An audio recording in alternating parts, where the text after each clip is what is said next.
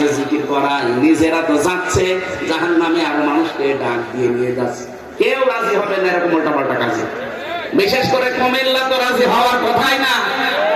বাংলাদেশের সব জায়গায় আলেমও বেশি, এখানে বেদাতও বেশি চলছে।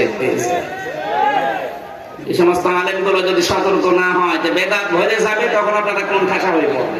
এই জন্য সতর্ক হওয়ার সময় এখন। আল্লাহ যেহেতু পাথর সরিয়ে দিয়েছে, এখনই সতর্ক হওয়ার সময়। কোন বেদাতপন্থী যারা ইসলামের বাইরে কোন কাজ করে, তারা যেন এই জেলায় ঢুকতে না পারে।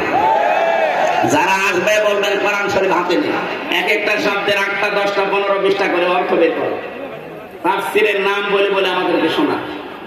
ওই কোন বাবা কি করেছে, কোন দাদা কোন গাঁজা খেয়েছে, ও কথা শোনার জন্য আমরা বলতে পারবেন না। দেখেন 5-7টা বলেন, এমনি যারা ভণ্ড আছে এমনি আর আপনি বলবেন না, ওখানে গেলে সমস্যা আছে। কারণ ওর পেটে বম মারলেও কোরআন শরীফ সত্য করে পড়তে পারবে।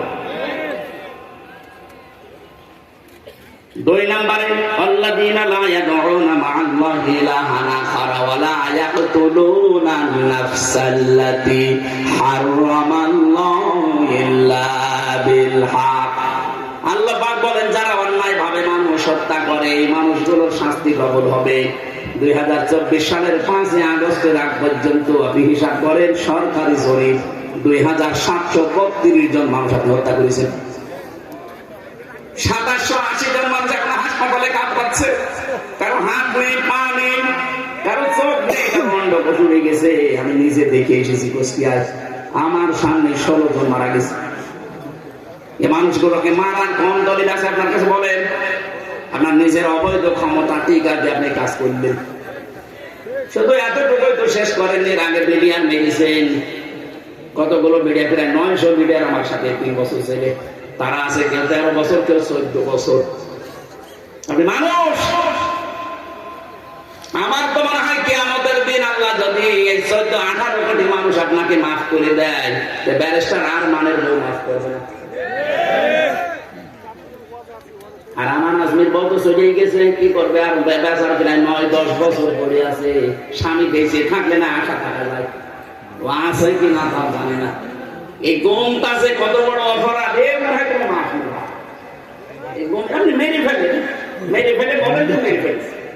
আপনি তো জানেও না যে ওর স্বামী জানে না, ওর ছেলে মেয়ে জানে না, মা বাবা জানে না, ওর আত্মীয় স্বজন কেউ জানে না তো বেঁচে আছে কিনা। হঠাৎ 10 বছর পরে আপনি বের করে দিচ্ছেন, এই যে ওর দাড়ি চুল গপ মনে হচ্ছে জঙ্গল থেকে বেরিয়ে আসতেছে। তাহলে ও লোকটা কি কষ্টে ছিল বলেন? আমার তো মাঝে মাঝে ওই মাটির নিচে আমি ছিলাম, দেখেছি, একটু দেখা হতো। এদের যে দুঃখ, এদের যে কষ্ট দেয়, আর যারা দায়িত্বে থাকে ওখানে, ওগুলো মানুষ নাকি? এই যে 8 ঘন্টার পর ডিউটি পাল্টা করে, এরা তো বাইরে আসতো ঠিক। আমরা না দুনিয়া সম্পর্কে কিছু জানি না, তো ওরা তো বাইরে এসেছে, বাইরে এসে ওর স্বামী স্ত্রীর ব্যবহার হয়েছে, সন্তানদের সাথে কথা বলেছে। কিভাবে ওরা দুনিয়ায় মানুষের সাথে চলাফেরা করছে? ওদের বিবেক কি একেবারে মানে মরে গিয়েছে নাকি? এরকম কঠিন অবস্থা আপনি দেখে আসার পরও আপনার বিবেকে কাজ করে না। কি আর মশলা কেন আমার আগে 35 আছে, কালকে আমার পড়লাম 35।